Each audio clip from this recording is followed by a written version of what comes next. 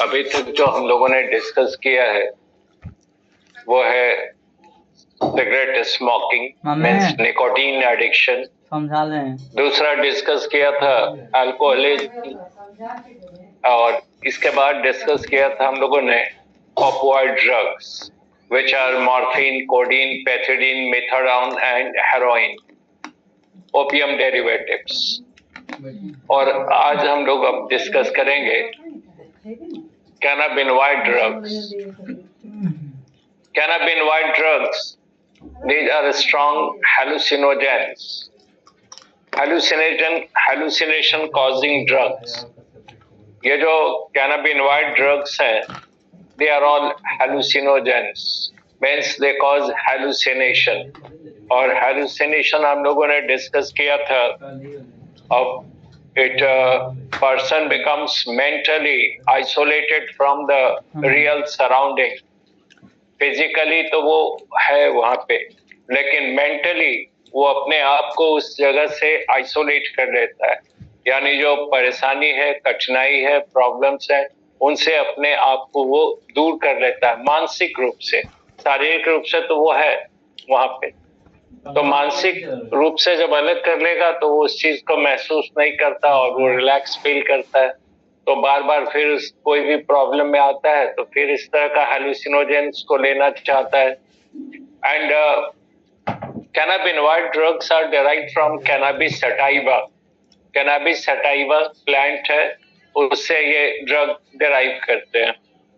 और इसमें जो कॉमन है वो है भांग, ganja, hashish, marijuana. Bhang, ganja, hashish, marijuana. These are the common hallucinogens or cannabinoid drugs. Synthetic hallucinogen भी है, that is LSD. क्वेश्चन इस पर पहले भी रिपीट हुआ है एग्जामिनेशन में, मेडिकल का पूछा जाता था कि LSD को किसने इन्वेंट किया, तो हॉफमैन ने। LSD was invented by Hoffman, HOFFMAN, Hoffman. और LSD का फुल फॉर्म है lysergic acid diethylamide. तो ये जो LSD है ये सिंथेटिक है, लेकिन नेचुरल में भांग, ganja, hashish, charas, marijuana and these are internationally banned drugs. हालांकि भांग और गांजा ये इंडिया में बहुत कॉमन है, लेकिन फिर भी ये बैंड ड्रग है। और इंटरनेशनली अगर कहेंगे तो ये काफी इसको हाई कैटेगरी में रखा गया है बैंड ड्रग्स में। तो ये जो हेलुसिनोजेंस है वो तो अभी हम लोगों ने डिस्कस किया, दे कॉज हेलुसिनेशन हम लोग डिस्कस कर चुके हैं मेंटल इलनेस में। तो पर्सन जब अपने आप को मेंटली रियल सराउंडिंग से अलग कर लेगा तो वो किसी भी चीज को उसको रियल एस्पेक्ट में उसको नहीं देखेगा, वो उसको वो रिकॉग्नाइज नहीं करेगा, वो रियलाइज नहीं करेगा कि क्या मामला है, क्या प्रॉब्लम है। तो और इसके साथ साथ हेलुसिनोजेंस एक्टिवेट्स द स्लीप सेंटर। ये स्लीप सेंटर को एक्टिवेट करेगा तो पर्सन ड्रॉजीनेस में जाएगा, उसको नींद आएगी, झपकी आएगी। It suppresses the सेटाइटी centre. सेटाइटी term use किया जाता है, जैसे हम लोग फूड लेते हैं तो हम लोगों को अंदाजा लग जाता है कि अब इसके बाद ज्यादा नहीं खाना है। कोई प्रेस भी करेगा, प्रेशर भी डालेगा कि नहीं और एक दो रोटी ले ले, तो आप कहिएगा नहीं अब भूख नहीं है, अब नहीं खा सकते। तो ये सिग्नल आता है ब्रेन से, सेटाइटी सेंटर से, कि अब बस हो गया, अब इससे ज्यादा हमको फूड नहीं लेना है। लेकिन ये जो कैनाबिनॉइड ड्रग्स हैं, जैसे भांग है, गांजा, आप लोग देखते भी होंगे, अब तो होली वगैरह में लोग बहुत खाते हैं, तो उसमें सेटाइटी सेंटर ही सप्रेस्ड हो गया, तो पर्सन खाता जाएगा और उसको पता ही नहीं चलेगा कि वो कितना खा रहा है। दूसरी बात, उसको नींद भी आएगी। तीसरी बात है कि वो तरह तरह के काल्पनिक चीजों में वो खोया रहता है, ऐसे ऐसे चीजों को परसीव करता है जो है ही नहीं। हेलुसिनेशन में कहा तो कभी उसको देखिएगा तरह तरह का हरकत करेगा, कहेगा कि हम उड़ रहे हैं, पकड़ो, कभी कुछ, कभी हंसेगा खूब जोर जोर से। वो तरह तरह के चीजों को परसीव करता है और उसमें वो एंजॉय करता है। तो आसपास के लोग उसको देखते हैं तो बड़ा उनको लगता है कि अजीब हरकत है, बट वो एक्चुअली मेंटल स्टेट है उसका। उसके बाद वो सोता भी है, तो खाना भी अच्छा खाएगा, सोएगा भी, और मानसिक रूप से भी वो प्रॉब्लम से दूर है। तो थोड़ी देर के लिए तो ठीक है, रिलैक्सेशन प्रोवाइड करता है, लेकिन अगर कोई पर्सन बार बार ज्यादा प्रॉब्लम है और बार बार इस ड्रग का इस्तेमाल करता है, भांग खाता है या गांजा पीता है, तो धीरे धीरे उसका जो सेरेब्रम है वो डिजनरेट करता है। यानी कहने का मतलब उसका मेंटल एबिलिटी घटता है, उसका सोचने समझने का, डिसीजन लेने की कैपेसिटी उसकी घटती है। फिजिकली भी वो थोड़ा सुस्त हो जाता है। तो ऐसे लोगों को लोग पसंद नहीं करते हैं जो मेंटली और फिजिकली लेथार्जिक हो, या जो रियल चीज को नहीं समझ पा रहा है, प्रॉब्लम को, या थोड़ा भी प्रॉब्लम हो तो उससे दूर जाना चाहता है, ड्रग लेता है। तो इन लॉन्ग कोर्स ये नुकसानदेह है। हालांकि इससे डेथ तो नहीं होता है, लेकिन ये मेंटल रिटार्डनेस कॉज कर सकता है, मेंटली वो सप्रेस कर देता है। अब इसके बाद जो नेक्स्ट ड्रग एडिक्शन में है वो है स्टिमुलेंट्स। नाम से भी आप समझ रहे हैं, स्टिमुलेंट वर्ड यूज करेंगे तो it stimulates the nervous system. हम लोग आगे जब नर्वस सिस्टम पढ़ेंगे तो ओरिजिन और कंडक्शन डिस्कस करेंगे, न्यूरो इम्पल्स का, बायोइलेक्ट्रिसिटी कैसे जनरेट होता है और कैसे कंडक्शन होता है। तो इस पूरे प्रोसेस को ही एक्टिवेट कर देता है ये स्टिमुलेंट। उसके अलावा तो नर्वस सिस्टम एक्टिव हो गया, ब्रेन उसका काफी एक्टिवेटेड हो गया, वहां से सिग्नल जब आएगा, मोटर इम्पल्सेस आएंगे तो पूरा बॉडी का ऑर्गन सिस्टम एक्टिव हो जाएगा। दूसरी बात है कि इट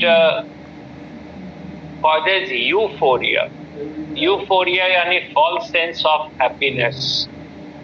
पर्सन, जैसे ये अभी स्टिमुलेंट की बात हम लोग कर रहे हैं, तो ये दो कैटेगरी है स्टिमुलेंट का, एक माइल्ड स्टिमुलेंट और दूसरा स्ट्रॉन्ग स्टिमुलेंट। माइल्ड स्टिमुलेंट में हम लोग यूज करते हैं टी एंड कॉफी। टी के अंदर टैनिन है, कॉफी के अंदर कैफीन है। और स्ट्रॉन्ग स्टिमुलेंट में कोकेन है, जो काफी वो इंटरनेशनल मार्केट में जिसकी कीमत भी ज्यादा है, और यहाँ भी देखते हैं लोग, बहुत लोग इस्तेमाल करते हैं कोकेन। और दूसरा सिंथेटिक है, और सिंथेटिक ड्रग जो होता है इसमें वो एम्फेटामिन है स्टिमुलेंट में। तो अब कोई भी पर्सन जैसे बैठा हुआ है, कोई भी कहीं चुपचाप कहीं अकेले बैठा हुआ है, उसको लगता है बोर हो रहा है, उदासी थोड़ा फील करता है, उसको अच्छा नहीं लगता है मेंटली और फिजिकली, तो कहेगा जैसा चाय पी लिया जाए, कॉफी पी लिया जाए। और चाय कॉफी ड्रिंक करने के बाद वो पर्सन थोड़ा खुश नजर आता है, थोड़ा एक्टिव हो जाता है, चुस्त दुरुस्त हो जाता है। कारण है कि पूरे नर्वस सिस्टम को एक्टिवेट कर दिया। It slightly increases the systolic pressure, थोड़ा सिस्टोलिक प्रेशर को बढ़ाता है। नतीजा है कि ऑक्सीजन सप्लाई बढ़ेगा तो एनर्जेटिक फील करते हैं। यूफोरिया कॉज करता है, यानी कुछ चेंज हुआ नहीं रियल सराउंडिंग में, लेकिन लगा कि बहुत अच्छा है, बहुत अच्छा महसूस कर रहे हैं, euphoria. It also suppresses the ये हंगर सेंटर, यानी जब टी या कॉफी लेते हैं हम लोग तो फिर थोड़ी देर के लिए भूख खत्म हो जाती है। जैसे आप खाने का समय है और उस समय चाय पी लेंगे, कॉफी पी लेंगे, तो तुरंत खाने का मन नहीं होगा, बिकॉज वो हंगर सेंटर थोड़ी देर के लिए सप्रेस्ड हो गया। It suppresses the sleep centre. जो स्लीप सेंटर हम लोग पढ़ेंगे नर्वस सिस्टम में, जैसे नींद आती है तो ये स्लीप सेंटर को भी सप्रेस कर देता है। यानी स्टिमुलेंट लेने के बाद, जैसे आप पढ़ रहे रात में चाय कॉफी पी लेंगे तो नींद नहीं आएगी, थोड़ा सा चुस्त दुरुस्त फील करेंगे, भूख भी ज्यादा नहीं लगेगी, तो थोड़ी देर के लिए ब्रेन एक्टिवेटेड स्टेट में आ जाता है। माइल्ड स्टिमुलेंट का इस्तेमाल करते हैं तो कोई ज्यादा प्रॉब्लम नहीं है। कभी कभी लोगों में बहुत ज्यादा यूज करते हैं चाय कॉफी तो गैस्ट्राइटिस हो सकता है, एसिडिटी कॉज कर सकता है, समटाइम्स इट में कॉज पेप्टिक अल्सर। अब फूड वगैरह प्रॉपर नहीं ले रहे हैं, ठीक से सो नहीं रहे, चाय वगैरह पी रहे हैं, कॉफी पी रहे हैं, रात में नींद नहीं आ रही है ठीक से, तो ओवरऑल जनरल हेल्थ को अफेक्ट करेगा, but it is not fatal नहीं है। लेकिन हाँ देखिएगा, एडिक्शन होता है धीरे धीरे। जैसे कोई सुबह शाम चाय पीता है, फिर सोचेगा दोपहर में पी ले, फिर उसको लगेगा हर घंटे चाय मिले, कुछ बैठा हुआ है तब भी कहेगा यार सा चाय पी लिया जाए, कहीं पे मिला किसी से तो कहेगा चाय हो जाए। तो ये हम लोग के यहाँ बहुत कॉमन है। नाउ स्ट्रॉन्ग स्टिमुलेंट में कोकीन है और सिंथेटिक में एम्फेटामिन। तो कोकीन इतना स्ट्रॉन्ग स्टिमुलेंट है कि अगर कोई पर्सन कोकीन लेता है, एक बार कोकीन अगर थोड़ा सा ले लिया तो बिना रुके हुए, बिना थके हुए, बिना सोए हुए, बिना खाए हुए वो पूरी इफिशियंसी से, मेंटल और फिजिकल एफिशिएंसी से लगातार काम कर सकता है वो 48 घंटे से 72 घंटे तक। यानी 2 से 3 दिन ना वो सोएगा, ना खाएगा, ना उसको थकावट फील होगी और वो पूरे इफिशिएंसी, पूरी क्षमता से वो काम करेगा, मेंटली और फिजिकली चुस्त दुरुस्त नजर आएगा। तो कई बार ऐसे लोग होते हैं जो काफी वर्क करते हैं और फिर भी लगता है कि वो एकदम बिल्कुल थके नहीं है। Most of them become addicted to cocaine. ये बहुत कॉमन एडिक्शन है, खासकर वैसे जो लोग ओवर वर्क करते हैं। जैसे आप देखिएगा फिल्म इंडस्ट्री में ये अभी तो ईडी वगैरह का छापामारी होता है, कोकीन बहुत कॉमन है। तो दिन रात शूटिंग करते हैं, थकावट होती है, हर समय तरोताजा दिखना है तो कोकीन का इस्तेमाल करते हैं। बिजनेसमैन है या कहीं भी किसी भी प्रोफेशन में, तो it is now becoming a very common addiction cocaine. ये तो इतना स्टिमुलेंट है, इतना स्ट्रांग है कि हमने बताया कि खाना नहीं खाएगा, सोएगा नहीं और फिर भी वो पूरी क्षमता के साथ काम करेगा। और उसी तरह एम्फेटामिन है, सिंथेटिक ड्रग है जो मार्केट में अवेलेबल होता है। कई बार एग्जामिनी जो है, एग्जामिनेशन में अब रात भर जग के पढ़ना है तो नींद आएगी, झपकी आएगी, या फिर रात में कुछ खाने का मन किया, अच्छा नहीं लग रहा है, तो उस समय वो एम्फेटामिन का एडिक्शन हो सकता है। बहुत सारे केसेस में एग्जामिनी में हो जाता है। तो एक अगर वो लेता है तो रात भर पूरी इफिशियंसी से मेंटल और फिजिकली चुस्त दुरुस्त है, उसको नींद नहीं आएगी, उसको भूख नहीं लगेगी, उसको अंदर से अच्छा लगेगा, तो जाहिर सी बात है वो जो पढ़ रहा है वो ज्यादा उसमें अच्छा परफॉर्म करेगा। तो ये एडिक्शन हो जाता है स्टूडेंट में भी।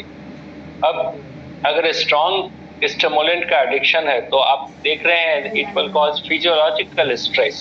फिजियोलॉजिकल स्ट्रेस कहने का मतलब है कि इंसोम्निया है, अनिद्रा की है, वो फूड नहीं ले रहा है, ये स्लाइटली ये हार्ट बीट को एक्सेलरेट करता है, it increases the rate of heartbeat, it increases the systolic pressure, it increases the breathing rate, it increases the metabolic rate.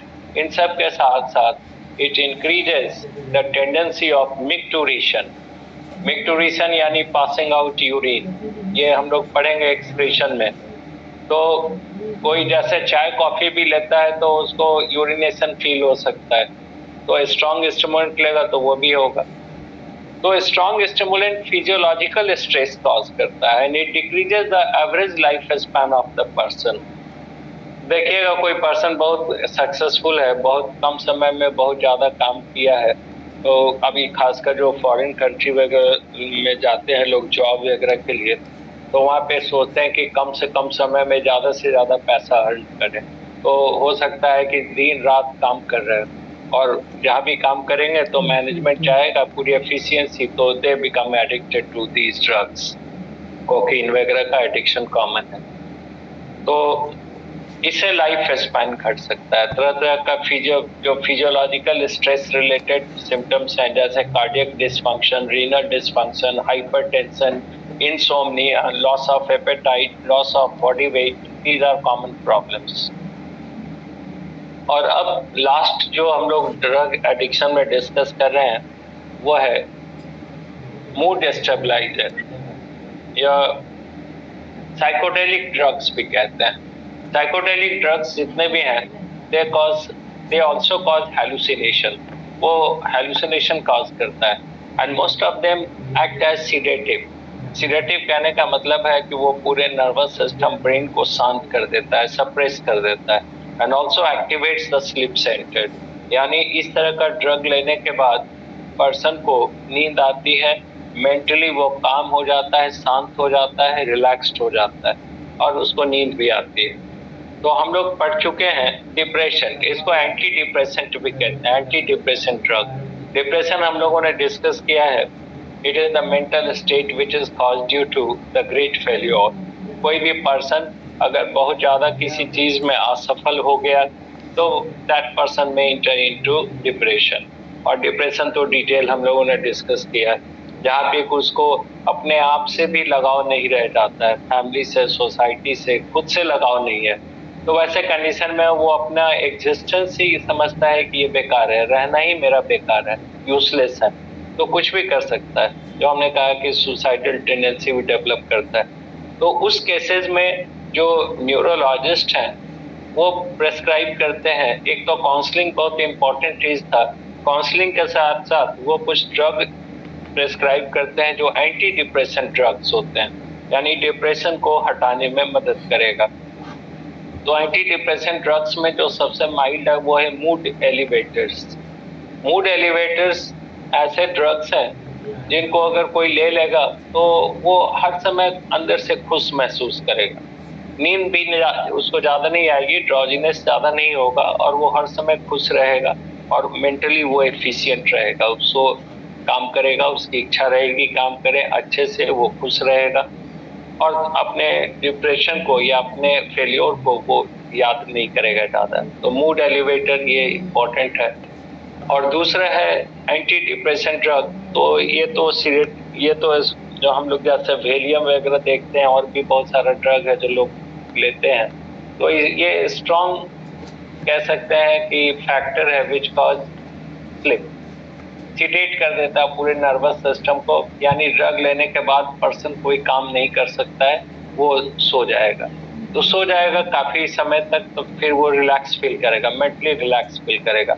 तो कोई पर्सन बहुत एंजाइटी में है, बहुत परेशान है, तो उसको एंटी डिप्रेशन ड्रग दे के सुला दिया जाता है, तो वो ठीक हो जाएगा। लेकिन एडिक्शन होता है, एडिक्शन हो जाएगा तो फिर उसका ब्रेन का एफिशिएंसी घटने लगता है। तीसरा है हिप्नोटिक ड्रग्स, और hypnotic drugs are strong anti depression. ये तुरंत ही डिप्रेशन को दूर करता है, लेकिन साथ ही साथ ये सीडेटिव भी है, यानी नींद भी आएगा, उसको लेने से नर्वस सिस्टम थोड़ा सा सप्रेस्ड हो जाता है। और चौथा जो है वो है ट्रांसक्विलाइजर। ट्रांसक्विलाइजर अच्छा है, बल्कि कहेंगे ट्रांसक्विलाइजर एक ऐसा ड्रग है जो डिप्रेशन को तो चेक करता ही है, और साथ ही साथ नींद भी नहीं आती है, यानी पर्सन अपनी पूरी एफिशिएंसी के साथ अपना नॉर्मल रूटीन परफॉर्म करेगा, और वो उसके दिमाग में कोई नेगेटिव थॉट नहीं आएगा। ये नेगेटिव थॉट को दूर करता है, पर्सन ऑलवेज बेटर फील करेगा ट्रांसक्विलाइजर। तो इसलिए बहुत सारे लोग ट्रांसक्विलाइजर रेगुलर लेते हैं रूटीन में, जैसे बहुत सारे प्रॉब्लम में अगर वो इन्वॉल्व है तो चाहते हैं कि मेरे काम पे उसका कोई असर नहीं पड़े, तो ट्रांसक्विलाइजर लेते हैं और बहुत खुश रहते हैं और पूरी एफिशिएंसी से काम करते हैं। लेकिन मामला यही है कि कोई भी ड्रग है, अब ज्यादा एंटी डिप्रेसेंट या सिडेटिव्स अगर कोई ज्यादा लेगा तो ऑब्वियसली नर्वस सिस्टम के, खासकर ब्रेन के एफिशिएंसी को वो कम कर देगा। तो ये हम लोगों ने ड्रग एडिक्शन डिस्कस कर लिया। अब जैसा कहा था, आज हम लोग स्टार्ट करेंगे एंडोक्राइन सिस्टम, केमिकल कोऑर्डिनेशन। आपके 11th के वॉल्यूम में पार्ट 1 में लास्ट टॉपिक है केमिकल कोऑर्डिनेशन।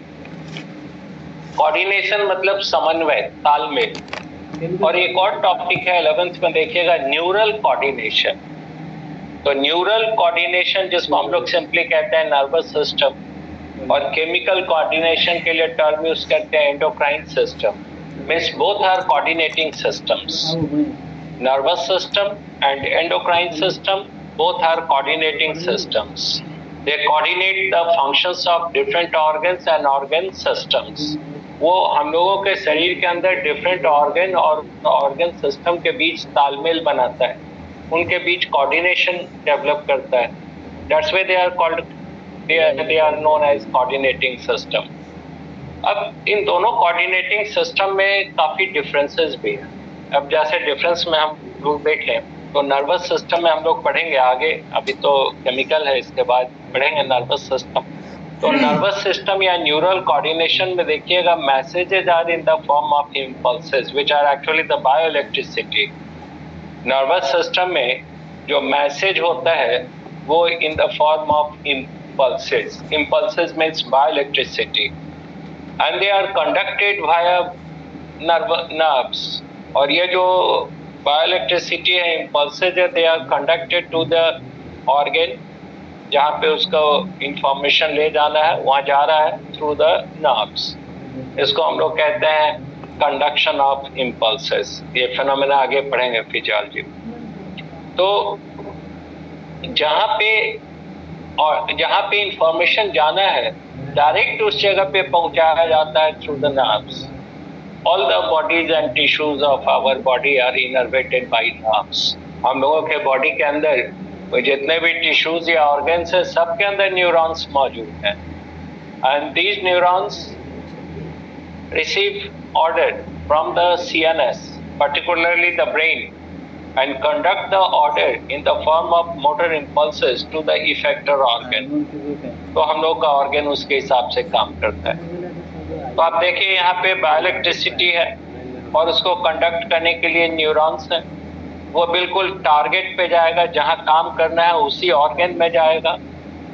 जबकि केमिकल कोऑर्डिनेशन में हम लोग देखते हैं messages are in the form of hormones. वहाँ पे बायोइलेक्ट्रिसिटी था और यहाँ पे हार्मोन्स है। These are the chemicals. Messages are in the form of the chemicals known as hormones, and they are transported to their target organs via blood. अब blood तो हम लोग कहते हैं एक जनरल रूट है, जो बराबर हम कहते हैं जीटी रोड, नेशनल हाईवेज और railway tracks within our body. तो इसका काम तो बहुत सारी चीजों को ले जाना है, जैसे बॉडी के अंदर न्यूट्रिएंट है, मेटाबॉलिक वेस्ट है, वाटर है, सॉल्ट है, एंजाइम्स है, हार्मोन्स है, सबके लिए एक कॉमन रास्ता है वो ब्लड वेसल, और ले जाने वाला है ब्लड। ऑक्सीजन हो, CO2 हो, सब तो उसी से जा रहा है। तो उसी के साथ हार्मोन भी जाता है। इसके लिए अलग से कोई रास्ता नहीं है, ना अलग कोई कैरियर है। वही कैरियर ब्लड जो सारे चीजों को ले जाता है वही हार्मोन को भी ले जाए। तो हार्मोन रिलीज होता है जिस ऑर्गन से या जिस ग्लैंड से, उसको कहते हैं एंडोक्राइन ग्लैंड। हम लोग ग्लैंड में पढ़ चुके हैं, there are 2 types of glands, exocrine and endocrine. Exo मतलब बाहर और क्राइनस मतलब सिक्रीशन। बाह्यस्रावी ग्रंथि यानी जिनका सिक्रीशन ग्लैंड से बाहर रिलीज होता है थ्रू द डक्ट। तो दीज ग्लैंड्स कंटेन डक्ट और इनका सिक्रीशन होता है एंजाइम्स। और दूसरे तरह का ग्लैंड है एंडोक्राइन ग्लैंड, अंतःस्रावी ग्रंथि। These are also called ductless glands. इनमें कोई डक्ट या नली नहीं होता है और इनका सिक्रीशन होता है hormones which are released directly into the blood, and that's why all the endocrine glands are highly vascularized. जितने भी endocrine gland हैं उनके अंदर ब्लड सप्लाई काफी ज्यादा है, बिकॉज वही ब्लड तो वहां से हार्मोन को कलेक्ट करेगा और ले जाएगा टारगेट ऑर्गन तक। तो जैसे ब्लड पूरे बॉडी में चक्कर लगाएगा, हार्ट से पंप किया, पेरिफेरल पार्ट से गुजरा, इस प्रोसेस में जब वो पहुंचेगा अपने टारगेट सेल पे जहां काम करना है तब वो एक्ट करेगा।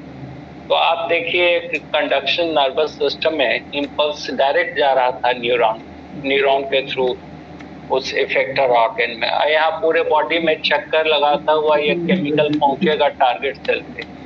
तो इसलिए ये हमारा अपना वर्ड है कि as far as the efficiency, effectiveness, localisation, accuracy, quickness et cetera are concern, nervous system is far better than the endocrine system.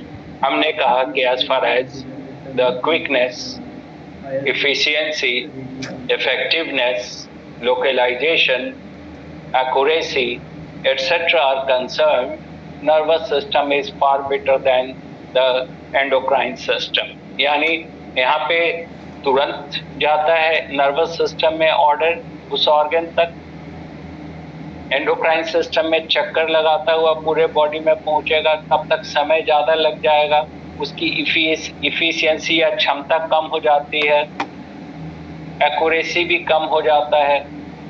तो इसलिए एंडोक्राइन सिस्टम से ऑलवेज बेटर होता है नर्वस सिस्टम कोऑर्डिनेशन में। हम लोगों ने डिस्कस किया था डाइवर्सिटी में कि पहली बार नर्वस सिस्टम डेवलप हुआ है in the tissue grade organisation, that is in case of Coelenterata. जिसमें हाइड्रा एग्जाम्पल है। बिकॉज पहली बार टिश्यू का डेवलपमेंट ही हुआ सिलेंट्रेट में। उसके पहले तो कॉरिफेरा में सिल्वर ग्रेड ऑर्गेनाइजेशन था, प्रोटोजोआ में प्रोटोप्लाज्मिक ग्रेड ऑर्गेनाइजेशन था। For the first time the tissue grade organisation developed in case of coelenterate. और फिर जब टिश्यूज आ गया तो उनको कोऑर्डिनेट करने के लिए उनके फंक्शंस को पहली बार नर्वस सिस्टम आया। That was the simplest nervous system in the form of aPolarized और non polarised nervous system present in the form of the nerve plexus or nerve net within the mesoglia. Mesoglia में nerve net और nerve plexus के रूप में था। अब जब आगे हम लोग बढ़े bilateria में, तो Platy-Helminth में देखा कि nervous system became polarized with the development of double solid ventral nerve cord. Body के ventral side में double solid ventral nerve cord आ गया। और आगे बढ़े जब हम लोग Annelida में, तो ब्रेन की जगह नर्व रिंग आ गया। फिर और आगे जब हम लोगों ने डिस्कस किया आर्थ्रोपोडा में, तो वहाँ सेरेब्रल गैंग्लिया आ गया और ये डेवलप होता चला गया। Ultimately developed in the form of brain in case of all the cortex. और इवोल्यूशन हम लोगों ने पढ़ा है, it is always a targeted phenomena.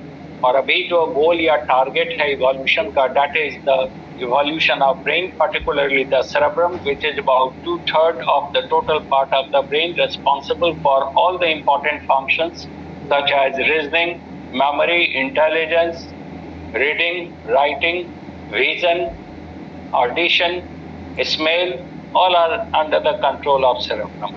ये सब पढ़ेंगे हम लोग। तो मामला है कि नर्वस सिस्टम डेवलप होता चला गया, लेकिन एनिमल की कॉम्प्लेक्सिटी भी बढ़ती गई। जैसे जैसे एनिमल का ग्रुप इवॉल्व होता गया, वो दे बिकेम मोर कॉम्प्लेक्स। जैसे मैमल्स में particularly we are most complex और evolved organism on the earth. So now it was not possible for the nervous system to alone coordinate all the functions of the body. जैसे जैसे organisation विकसित होता गया, complexity बढ़ता गया, अब nervous system के बलबूते नर्वस सिस्टम की ये कैपेसिटी नहीं थी कि अब वो पूरे कोऑर्डिनेशन को संभाल सके अकेले। तब उसको एक असिस्टेंट की जरूरत हुई, and that assistant was actually endocrine system, which first evolved in case of insect. पहली बार जो ये असिस्टेंट आया, नर्वस सिस्टम का सहयोगी आया, वो था endocrine system in case of insect. और जब हम लोग आर्थ्रोपोडा पढ़ेंगे, कॉकरोच पढ़ेंगे, तो वहाँ पे ब्रेन का बताएंगे corpora cardiaca and corpora allata, corpora allata and corpora cardiaca and prothoracic gland. Prothoracic gland में be compare to the pituitary gland of human. हम लोगों में जैसे पिट्यूटरी ग्लैंड है, वैसे ही वहाँ पे इंसेक्ट्स में, कॉकरोच में होता है प्रोथोरैसिक ग्लैंड। और जैसे पिट्यूटरी ग्लैंड कनेक्टेड होता है हाइपोथैलेमस से, वैसे ही prothoracic gland is connected to the part of the brain which is called corpora cardiaca and corpora elata. Corpora cardiaca and corpora elata constitute the brain, और उससे connected होता है prothoracic gland, and prothoracic gland secrete the hormone which are considered as neurohormones. इनसे जो hormone release होता है उसको न्यूरोहार्मोन्स कहते हैं। और न्यूरोहार्मोन्स में 3 है इंसेक्ट में। एक तो इक्डाइसोन which causes ecdysis यानी shedding और removal of the chitinous exoskeleton। अब जैसे कॉकरोच है, तो कॉकरोच का जो बच्चा होता है बिल्कुल आइडेंटिकल, उसी का प्रतिरूप डुप्लीकेट होता है, सिर्फ साइज छोटा होता है, और वो साइज छोटा होता है और सेक्सुअली मैच्योर्ड नहीं है, लेकिन देखने में लगेगा वो एकदम एडल्ट कॉकरोच के जैसा, लेकिन है वो छोटा। अब उसके बॉडी के ऊपर एक्सोस्केलेटन है, काइटिन का बना हुआ, तो बड़ा हार्ड है। अब ग्रोथ हार्मोन उस पर एक्ट करेगा नहीं, तो उसका ना उसका साइज बढ़ेगा, ना उसमें डेवलप होगा ऑर्गन। तो होता क्या है कि एक हार्मोन रिलीज होता है प्रोथोरैसिक ग्लैंड से, उसके ब्रेन से लगा हुआ ग्लैंड है, जैसे हम लोगों में पिट्यूटरी लगा होता है हाइपोथैलेमस से, तो वहां से रिलीज होता है एक hormone ecdysone. It causes ecdysis. Ecdysis कहा जाता है periodic shedding of the chitinous exoskeleton, यानी एक्सोस्केलेटन को वो हटा देता है। तो इसके एक्सोस्केलेटन जो डेड है हट गया, तो अंदर टिश्यू एक्सपोज हो गया, अब ग्रोथ हार्मोन उस पर काम करेगा। तो दूसरा हार्मोन है growth hormone, which is also called moulting hormone, because insects में phase of growth is called moult. जैसे मान लीजिए कोई इंसेक्ट है, ये इतना बड़ा है, इसका काइटिनस एक्सोस्केलेटन हटा के फिर जब इस पर ग्रोथ हार्मोन एक्ट करेगा तो साइज बढ़ गया। तो अगर इसका साइज ये ऐसा हो गया तो यहाँ से यहाँ तक क्या हुआ, ग्रोथ हुआ, साइज बढ़ा, तो this is called phase of growth और मॉल्ट। फिर काइटिनस एक्सोस्केलेटन हटेगा, फिर इसका ग्रोथ होगा, तो इसको कहेंगे सेकेंड मॉल्ट। और इस तरह से कई बार मॉल्टिंग होगा तो इट विल बिकम एडल्ट। तो मॉल्टिंग के लिए हार्मोन आता है एमएच, मॉल्टिंग हार्मोन, किसी को ग्रोथ हार्मोन भी कहते हैं, और एक डाइसोन आता है फॉर डाइसिस। और तीसरा जो न्यूरो हार्मोन है इंसेक्ट में, that is pheromones. And pheromones are the communicating signals, बताया भी था उसको डाइवर्सिटी में। कम्युनिकेटिंग सिग्नल्स यानी एक दूसरे से कम्युनिकेट करता है। These are always species specific. Pheromones are always species specific. यानी pheromones released from the insect of a species can affect only the insects of the same species. दूसरे species पर इसका कोई प्रभाव नहीं होगा. It is species specific. अब देखते हैं जैसे टर्माइट है, दीमक है, एक टर्माइट कहीं मर गया तो बहुत सारा टर्माइट वहीं इकट्ठा हो जाए। आखिर कैसे पता चल गया कि वो कोई उसका साथी खतरे में है या डेथ हो गया? तो डैट इज जो क्राइसिस में है, जिसको खतरा है, वो फेरोमोन रिलीज कर दिया। ये एक्टो हार्मोन है। एक्टो हार्मोन कहने का मतलब है रिलीज होगा तो एयर के थ्रू स्प्रेड करेगा, तो उसका स्पीसीज का जो दूसरा मेंबर है उसको रिसीव करेगा और उसकी मदद के लिए आएगा।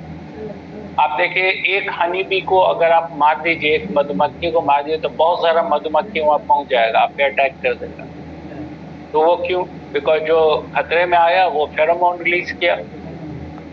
कई बार अभी जब रेनी सीजन वगैरह होता है तो देखिएगा कुछ ऐसा इंसेक्ट आ जाता है कमरे में जो काफी दुर्गंध देता है, तो वो जो पर्टिकुलर स्मेल आ रहा है वो दैट इज फेरोमोन। अब फेरोमोन को अक्सर लोग बता देते हैं या बुक्स में लिखा होता है सेक्स अट्रैक्टेंट, तो that is one aspect of the pheromone. वो इसका एक एस्पेक्ट है, वो एक पहलू है। ऐसा नहीं है कि ये सिर्फ सेक्स अट्रैक्टेंट है, ये हर तरह के कम्युनिकेशन में मदद करता है। और सेक्स अट्रैक्टेंट इसलिए कहते हैं कि the pheromone release by the female insect. Female insect जब फेरोमोन रिलीज करती है तो it attracts the male from the distance of about 10 kilometres और मोर। 10 किलोमीटर या उससे भी ज्यादा के डिस्टेंस पे अगर कोई मेल है तो उसकी ओर अट्रैक्ट होगा, इसलिए सेक्स अट्रैक्टेंट कहते हैं। But better it is considered as communicating signal. तो पहली बात, endocrine organ, endocrine gland, prothoracic gland attach हो गया ब्रेन से, तो यहाँ पे एक सिस्टम बना that is called neuro endocrine system.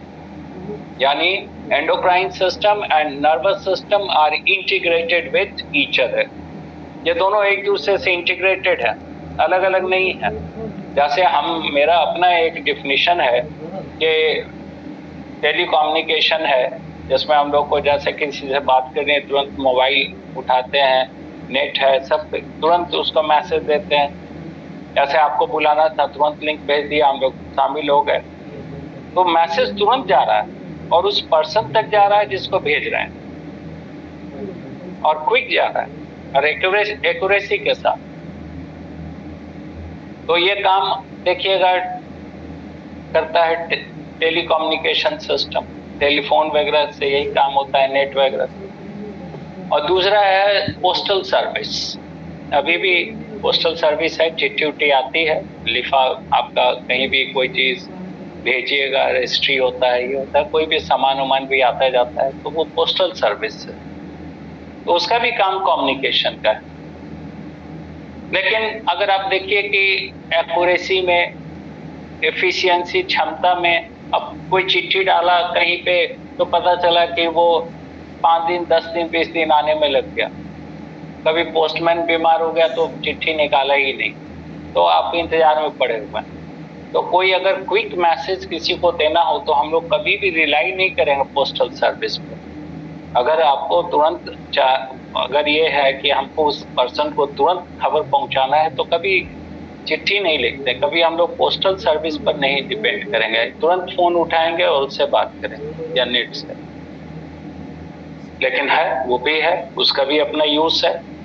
तो ये दोनों सिस्टम फिर इंटीग्रेटेड है, टेलीकम्युनिकेशन और पोस्टल सर्विस का फिर एक ही जगह से मिनिस्ट्री है जो इसको कंट्रोल करता है।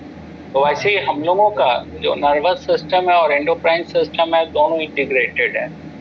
फाइनल जो कंट्रोल है वो तो ब्रेन का, जो आगे हम लोग डिस्कस करेंगे। तो अगर आपसे कोई पूछे कि पहली बार न्यूरो एंडोक्राइन सिस्टम कहाँ डेवलप हुआ, तो that is in case of insect. 1 minute break ले रहे हैं, फिर बात करते हैं।